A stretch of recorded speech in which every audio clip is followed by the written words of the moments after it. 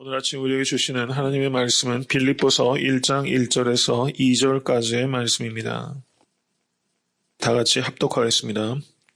그리스도 예수의 종 바울과 디모데는 그리스도 예수 안에서 빌립보에 사는 모든 성도와 또는 감독들과 집사들에게 편지하노니 하나님 우리 아버지와 주 예수 그리스도에게로서 은혜와 평강이 너희에게 있을지어다. 아멘.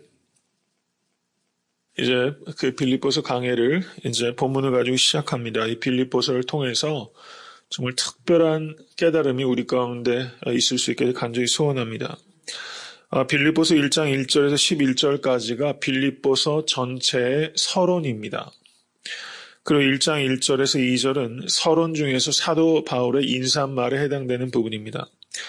여기에는 빌립보서를 누가 썼는지, 그리고 빌립보서를 누가 받고 있는지, 그리고 사도 바울이 그의 서신서 중에서 11곳에서 그 은혜와 평강이 너에게 있기를 원하노라. 이렇게 사도 바울이 늘 그렇게 인사했습니다.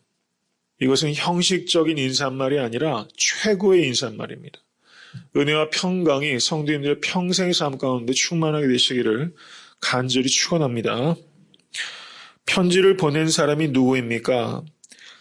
그리스도 예수의 종 바울과 디모데입니다. 성경 원어는 그리스도 예수의 종들입니다. 그리스도 예수의 종은 바울만을 의미하는 것이 아니라 디모데도 그리스도의 종입니다. 그리고 우리 모두도 그리스도의 종이 되기를 하나님께서 원하신다는 사실입니다. 그리스도의 종은 목회자에게만 국한된 것이 아니라 교회 임직자에게만 국한된 것이 아니라 그리스도에게로 부르심받은 모든 성도는 그리스도의 종이 되어야 되는 의무와 또 특권이 우리에게 있다는 것을 기억하실 수 있게 되기를 간절히 바랍니다. 그리스도의 종들에게 필요한 의식은 겸손함입니다. 원래 사도 바울의 본명은 사울입니다. 사울은 베냐민 지파의 사울 왕의 이름이 사울이었죠. 가장 큰 자라는 뜻이 바로 사울이라는 이름 가운데 있다는 겁니다. 근데 바울은 가장 작은 자라는 뜻입니다. 예수 그리스도 안에서 부르심을 받은 사람은 자기를 가장 작은 자라고 여기게 되는 것입니다. 우리에게 이런 겸손함이 있을 수 있게 간절히 축원합니다. 나는 가장 작은 자입니다. 그런 자가 쓰임받게 되는 것입니다. 바울이란 이름은 그리스말로 파오라는 동사에서 유래한 것입니다. 파오라는 동사는 포기하다라는 뜻입니다. 포기하다. 그러면 바울은 무엇을 포기했는가? 빌립보서 3장 8절에 내가 그를 위하여 모든 것을 잃어버리고 배설물로 여긴다 라고 말했어요.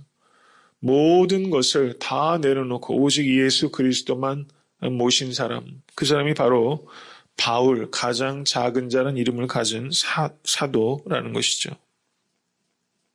그리스도의 종이라 무슨 의미입니까? 그것은 그리스도께서 주인이시란 뜻입니다. 그리고 나는 그리스도의 종이란 뜻을 가지고 있습니다. 우리 주님의 피값으로 우리는 속량함을 받은 그리스도의 종들이라는 것을 기억하실 수 있게 되기 바랍니다. 정말 그리스도의 종들이 되기를 원하십니까? 그런 간절한 소원이 있을 수 있게 되기 간절히 바랍니다. 그리스도의 종들, 이것은 그리스도의 노예란 뜻입니다. 노예는 누구입니까? 노예는 한마디로 말하면 내 것이 없습니다. 내 것이 없는 사람이 노예입니다. 우리가 정말 그리스도의 종들로 부르심을 받았는데도 불구하고 얼마나 우리가 내 것이라고 주장하는 게 많이 있습니까? 우리에겐 내 것이 없습니다. 다 그리스도의 것입니다. 왜냐하면 우리는 예수 그리스도의 것으로 부르심을 받은 자들이기 때문입니다. 오늘 이 시간을 통해서 아직까지 내 것이라고 주장하시는 모든 것들을 다 내려드릴 수 있도록 주님께 나의 전부를 드리실 수 있게 되기를 간절히 축원합니다. 정말 나의 전부를 그리스도께 드릴 때 그때 기적이 일어나기 시작하는 것입니다. 전부를 내어드리실 수 있기를 바랍니다. 헌신이란 50%, 80%, 90% 드리는 것을 의미하는 것이 아니라 진실된 헌신은 100%를 내어드리는 것입니다. 저와 성도님들께 이런 100% 헌신이 우리 가운데 있을 수 있게 간절히 바랍니다. 그렇게 헌신이 일어날 때 우리의 개인의 삶에도 변화가 나타나고 우리의 일터에도 변화가 나타나고 교회도 부흥할 수밖에 없는 것입니다. 이런 헌신의 사람 되실 수 있게 되길 간절히 바랍니다. 그리스도의 종의 이와 같은 헌신은 강제가 아니라 자발적이고 자유롭고 기쁜 순종입니다. 종의 특징은 무엇입니까? 그것은 굴종이 아니라 순종에 있는 것입니다. 예수 그리스도를 사랑하기 때문에 순종할 수 있는 겁니다. 억지로 갈 수 있는 것은 오리밖에 못 갑니다. 근데 사랑하면 심리를 가게 된다는 사실입니다.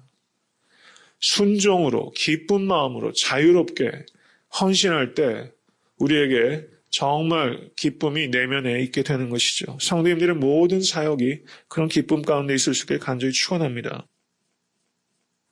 그리스도의 종이라는 신분은 조금 전에 말씀드렸던 것처럼 목회자에게만 국한되는 것이 아닙니다. 우리 모두가 그리스도의 종으로 부르심을 받은 것입니다. 왜 그렇습니까? 1장 7절을 한번 보시기 바랍니다. 1장 7절 제일 마지막을 보시면 너희가 다 나와 함께 은혜에 참여한 자가 됨이니라. 우리가 누구라고요? 은혜에 참여한 자입니다. 은혜에 참여한 자는 반드시 섬김의 길로 나아가게 되어 있습니다. 정말 우리가 은혜를 받은 것이 증거는 무엇인가? 그것은 섬김이 나타날 때 정말 은혜 받은 사람이라는 것입니다. 은혜 받고서 섬기지 않을 수 없습니다. 그리고 진실된 섬김은 은혜로부터 나오게 된다는 사실입니다. 사도 바울이 그리스도의 종으로 살아갈 때 그의 제자 디모데가 그리스도의 종이 됩니다. 성도님들께서 그리스도의 종이 되실 때 성도님들의 자녀들이 그리스도의 종으로 세워집니다. 목회자가 먼저 그리스도의 종이 되지 못하면 어떻게 성도를 그리스도의 종으로 세울 수 있겠습니까? 저는 그런 부담을 제가 가지고 있습니다. 나는 정말 그리스도의 종인가? 목사들을 흔히 그리스도의 종이라고 부르지만 정말로 진실되게 나의 주인이 예수 그리스도이신가? 이렇게 생각하면 제 자신이 부끄럽게 이를 말할 수가 없습니다. 제가 그리스도의 종이 되기 위해서 부단히 노력해야 될 것입니다. 그때 성도님들께서 그리스도의 종이 되시는 것입니다. 성도님들의 가정에서 일터에서 내가 그리스도의 종이 먼저 되기 위하여 기도하고 성령님께 전적으로 의지하실 수 있게 되길 바랍니다. 그래서 사도 바울이 디모데를 그리스도의 종으로 세울 수 있었던 것처럼 성도님들의 주변의 사람들이 성도님들의 종되심으로 말미암아 그들이 그리스도의 종으로 세워지는 인생에서 가장 값진 일은 바로 그런 일이라고 할 수 있을 것입니다. 빌립보서의 수신인은 누구입니까? 1장 1절을 다시 보시기 바랍니다. 그리스도 예수 안에서 빌립보에 사는 모든 성도와 또는 감독들과 집사들이 바로 이 편지의 recipient, 수신인입니다. 성도들에겐 집이 두 채가 있습니다. 우리에게 있는 두 채의 집, 여러분 집이 두 채라니까 기분 좋으시죠? 우리에겐 집이 두 채가 있어요. 그 집이 어디에 있느냐? 예수 그리스도 안에 있습니다. 그리고 빌립보에 있습니다. 우리는 늘 그렇게 두 채의 집이 있어요. 우리가 살고 있는 곳이 어디입니까? 둘루스입니다. 우리는 그러니까 두 채의 집이 있죠. 어디에 있어요? 예수 그리스도 안에 집이 한 채가 있고 둘루스에 집이 한 채가 있는 거예요. 이것이 성도들의 삶의 자리라는 사실입니다. 우리가 그리스도를 쫓으면서 세상으로부터 물러나서는 안 됩니다. 잘 들으시기 바랍니다. 세상 일에 몰두한 나머지 그리스도를 떠나서는 안 됩니다. 그리스도인은 이 두 가지 예수 그리스도 안에 살면서 빌립보 안에 사는 이 긴장 관계 속에 있다는 사실입니다. 성도들은 누구인가? 세상으로부터 숨어버린 그런 종교인이 아닙니다. 세속으로부터 떠나서 산속으로 들어가는 사람이 그리스도인이 아니라는 것입니다. 우리는 빌립보 안에 살아야 됩니다. 우리는 둘루스 안에 삽니다. 그렇지만 성도들은 끊임없이 세상으로 나아가지만 세상과 동화되지 않습니다. 우리는 세상으로 보내졌지만 세상에 속한 사람이 아니라는 것입니다. 우리는 누구에게 속했습니까? 예수 그리스도께 속한 사람입니다. 이것을 거룩한 세속성이라고 합니다. 우리는 세상에 보내진 그리스도에게 속한 사람이라는 것, 이것이 우리의 정체성이라는 사실을 기억하실 수 있게 되길 간절히 바랍니다. 교회가 세상과 공감할 수 있어야 됩니다.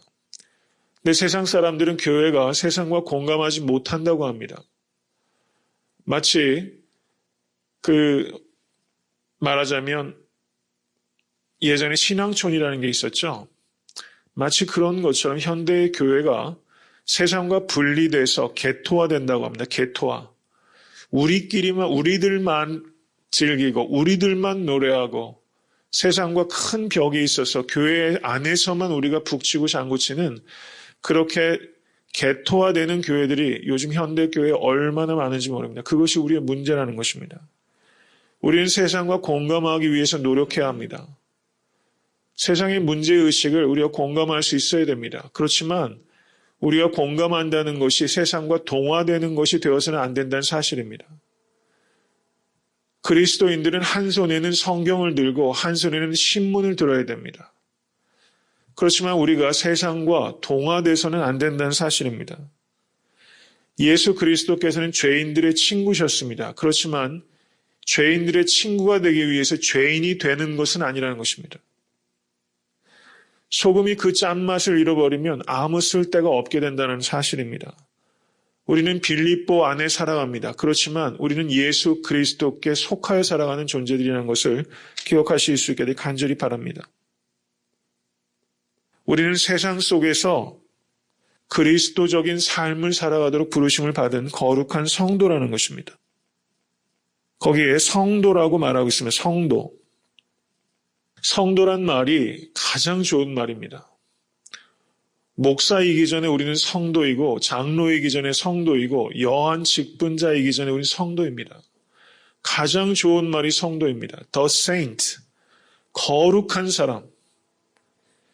이 성도란 말이 얼마나 위대하고 우리에게 주신 영예인지 알 수가 없습니다. 하나님은 성부 하나님이시고 예수님은 성자 하나님이십니다. 그리고 그리스도의 영으로 우리 가운데 오신 분은 성령 하나님이십니다. 거룩한 하나님, 거룩한 예수님, 거룩한 성령님. 이 거룩한이란 말은 바로 삼위일체 하나님의 이름입니다. 근데 그 이름을 거룩한 성도 우리에게 주셨다는 것은 이것은 최고의 영예라는 사실입니다. 성도된 것을 감사하실 수 있게 간절히 축원합니다. 성도라는 것은 무엇입니까? 구별되어야 된다는 것을 의미합니다.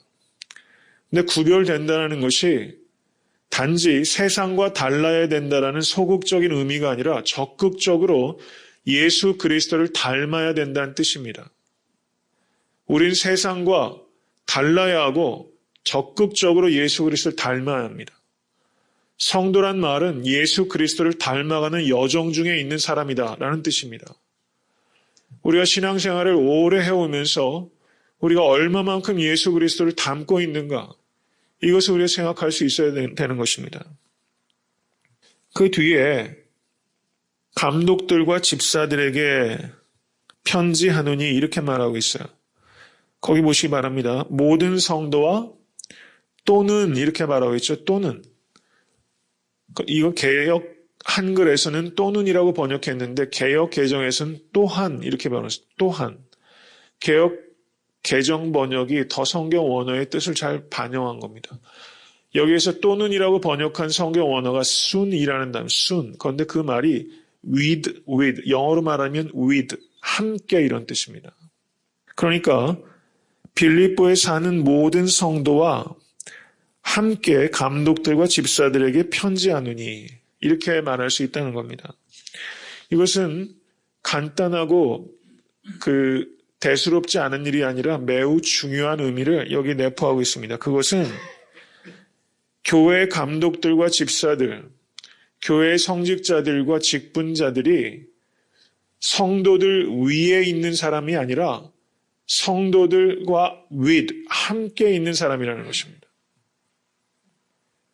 성도들 위에 군림하는 것이 아니라 성도들을 섬기는 사람이 바로 교회의 성직자와 직분자라는 사실입니다. 교회의 성직자와 직분자들은 공동체 위에 있는 사람이 아니라 공동체의 연장입니다. 교회의 모든 구성원들은 목회자와 직분자들을 포함해서 교회의 모든 구성원들은 사역자이면서 사역의 대상입니다. 교회의 사역자들은 목회자와 몇 명의 리더들에게만 국한된 것이 아니라 모든 사람이 교회의 사역자라는 것이 바로 성경적인 이해라는 것을 생각하실 수 있게 간절히 바랍니다. 나이와 상관없이, 직분과 상관없이, 소유와 지식과 상관없이 우리 모두는 예수 그리스도의 종으로 사역자로 부르심을 받았다는 사실입니다. 이러한 책임감을 가질 수 있을 때, 그리고 모든 사람들이 사역자로 일할 수 있도록 교회에서 양육되고 그런 여건들이 조성될 때 그 교회는 건강하고 능력 있는 교회가 되는 것입니다. 우리 애틀랜타 섬기는 교회가 그런 교회가 될 수 있도록 기도하시고 헌신하실 수 있게 간절히 바랍니다. 교회의 성직자들과 리더들에게 필요한 의식은 무엇인가? 그것은 내가 사역자라는 생각 이전에 나는 몸의 일부다라는 사실입니다. 나는 그리스도의 몸으로 공동체의 일부다라는 사실입니다. 공동체 위에 있는 존재가 목사가 아니라 공동체와 함께 있는 몸의 일부가 바로 목회자요. 모든 리더들이 몸의 일부로서 먼저 존재한다는 사실입니다. 그 다음에 기능으로서 직분이 존재하는 것입니다. 기능적으로 목회자의 역할이 있고 직분자의 역할이 있는 것이지 지위로서 목회자가 있고 또 직분자가 있는 것이 아니라는 것입니다. 그런데 문제는 무엇입니까? 그것을 지위라고 생각하기 때문입니다. 그건 지위가 아니라 기능적인 것이고 우리는 그 기능에 앞서서 몸의 일부로서 공동체의 연장으로서 우리가 있다는 사실을 기억할 때 그 교회는 건강한 교회가 되는 것입니다. 그 뒤에 사도 바울께서 이제 사도 바울의 인사말을 하고 있습니다. 하나님 우리 아버지와 주 예수 그리스도로 말미암아. 이 말씀이 언제나 우리 입에 붙게 되기를 간절히 바랍니다. 하나님께서 우리 아버지이심을 감사하실 수 있기를 간절히 축원합니다. 우리의 모든 능력은 하나님께서 우리의 아버지라는 사실을 기억할 때 우리는 새로운 힘을 얻고 소망 가운데 충만할 수 있습니다. 예수님께서 주와 그리스도이심을 믿는 것을 믿음이라고 합니다. 예수님께서 주님이시라는 것은 예수님께서 나의 삶의 주인이라는 뜻입니다. 예수님께서 그리스도란 뜻은 예수님께서 나의 삶의 구세주라는 고백입니다. 예수님을 주와 그리스도로 고백한다는 것은 나의 삶의 구세주요, 나의 삶의 주인으로 예수님을 믿고 받아들인다는 뜻입니다. 이것이 믿음의 본질입니다. 정말 성도님들 삶 가운데 예수 그리스도께서 구세주이십니까? 정말 성도님들 삶의 주인이 예수 그리스도이십니까? 정말 그렇습니까? 정말 나의 삶 속에 예수님께서 주인이신가? 이것은 목회자도 쉽게 대답할 수 있는 질문이 아니라고 생각합니다. 정말 제 삶의 몇 %가 예수님께서 주인이실까? 한경진 목사님께서 임종 직전에 후배 목회자들이 왔을 때 예수 잘 믿으라고 그랬다잖아요. 그게 정말 깊이 생각할 말입니다. 예수 잘 믿는 목사 되기도 어렵다고 생각합니다. 정말 어려운 일입니다. 정말 예수님이 주인이신가? 이것에 대해서 어느 누가 자신 있게 대답할 수 있겠어요? 목회자라도 어려운 일이죠. 정말 예수 그리스도께서 성도님들의 삶의 구세주요 주인 되실 수 있게 간절히 축원합니다. 이걸 정말 믿으면 아무 걱정도 없고 부러울 것도 없고 두려울 것도 없습니다. 이것은 믿음의 본질이라고 하는 것입니다. 하나님께서 우리 아버지이시요 예수님을 주와 그리스도로 고백하는 사람에게는 은혜와 평강이 넘칩니다. 은혜와 평강이 넘칠 수밖에 없습니다. 예수님께서 우리를 위해 대속하여 죽으심으로 말미암아 우리는 의롭다함을 얻었습니다. 값없이 주신 것입니다. 그것을 은혜라고 합니다. 은혜를 받은 사람은 은혜의 사람이 되는 것입니다. 그리고 이 은혜를 기억하는 사람은 하나님과의 관계, 그리고 자기 자신과의 관계, 이웃과의 관계가 평화롭습니다. 예수님을 은혜로 주와 그리스도로 믿음에도 불구하고 나 자신과의 관계, 그리고 다른 사람들의 관계에 평화가 없으면 은혜 받지 못한 사람입니다. 우리가 관계에 실패하면서 성령 충만할 수 없다는 사실을 기억하십시오. 성령 충만하다는 것은 무엇인가 신비한 체험을 한다는 것은 성경적이지 않습니다. 성령 충만의 증거는 평강입니다. 하나님과 평강을 누리고 자기 자신과 평강을 누리고 모든 관계 속에서 평화를 누리는 것이 바로 성령 충만의 증거입니다. 성령 충만은 관계 충만입니다. 성령 충만하다면서 관계가 깨진 사람이 너무 많아요. 은혜 받았다고 하면서 가정을 소홀히 하는 사람들이 많습니다. 여러분, 교회에 그런 여인들이 많았어요. 예전에. 그리고 현대 교회에도 은혜 받았다고 하면서 가정을 소홀히 합니다. 그것은 성령 충만이 아닙니다. 그건 거짓입니다. 성령 충만은 반드시 관계 충만으로 나타나는 것이고 관계 충만이 성령 충만의 가장 객관적인 증거라는 사실입니다. 이것을 기억하실 수 있게 되기를 간절히 바랍니다. 말씀을 맺습니다. 오늘 본문 말씀을 깊이 생각하시면서 이런 제목을 가지고 기도하실 수 있게 되기를 바랍니다. 정말 그리스도의 종이 되기를 원하십니까? 그리스도의 종이 되기 원하신다면 성도님들의 삶의 전부를 내어드리실 수 있게 간절히 바랍니다. 나의 전부를 내려드리는 순간 우리의 삶은 회복되기 시작합니다. 왜 회복을 경험하지 못하고 기쁨을 누리며 살지 못하는가? 그것은 아직도 내가 내어드리지 못하기 때문입니다. 두 번째 기도의 제목은 우리는 둘로스 안에 예수 그리스도 안에 사는 존재입니다. 그리스도 안에서 이 세상을 변화시킬 수 있도록 주여 인도하여 주시옵소서. 세 번째는 애틀랜타 섬기는 교회 목회자들과 직분자들이 섬기는 종으로 소명을 다할 수 있도록 인도하여 주시옵소서. 특별히 올해 안수 입사님들과 권사님들을 세웁니다. 그분들을 기억하시면서 기도하실 수 있게 되길 바랍니다. 섬기는 종으로 공동체와 함께 있는 것입니다.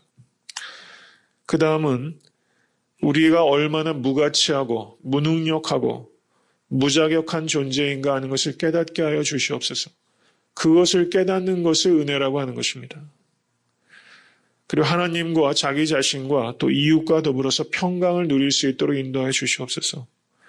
오늘 말씀 단 2절의 말씀입니다. 기도하실 때 머릿속으로 차분히 그 말씀들을 쫓아가시면서 이러한 기도의 제목들을 가지고 기도하실 수 있게 되길 바랍니다.